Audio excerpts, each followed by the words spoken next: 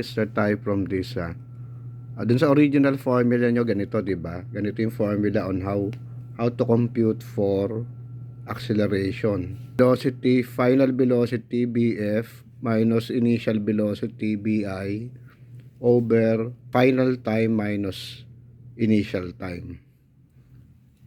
Diba dun sa example na binigay sa inyo, ang ginawa is automatic tinanggal tong automatic tinanggal itong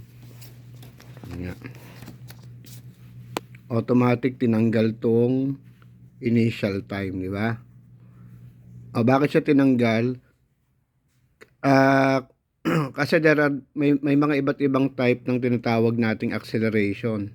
Merong acceleration from the rest, no? Okay? Anong ibig natin sa acceleration from the rest? Ibig sabihin, yung object not moving, no? At first is not moving. So ang assumption, kapag ang object ay starting from the rest, automatic ang assumption doon, zero yung time, no? Kaya dito makikita mo ang ginawa dun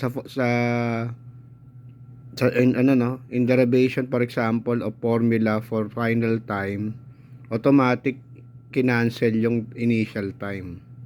Kasi nga ganito yan no? Pagka in-expand mo yan, it will be final velocity minus initial velocity over final time minus 0. So lalabas is equal to TF.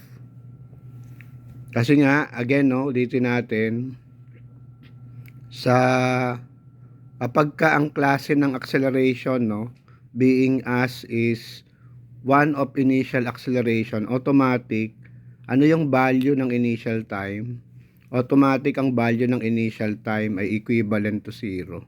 There is no need now to include the initial time in the equation or in the formula.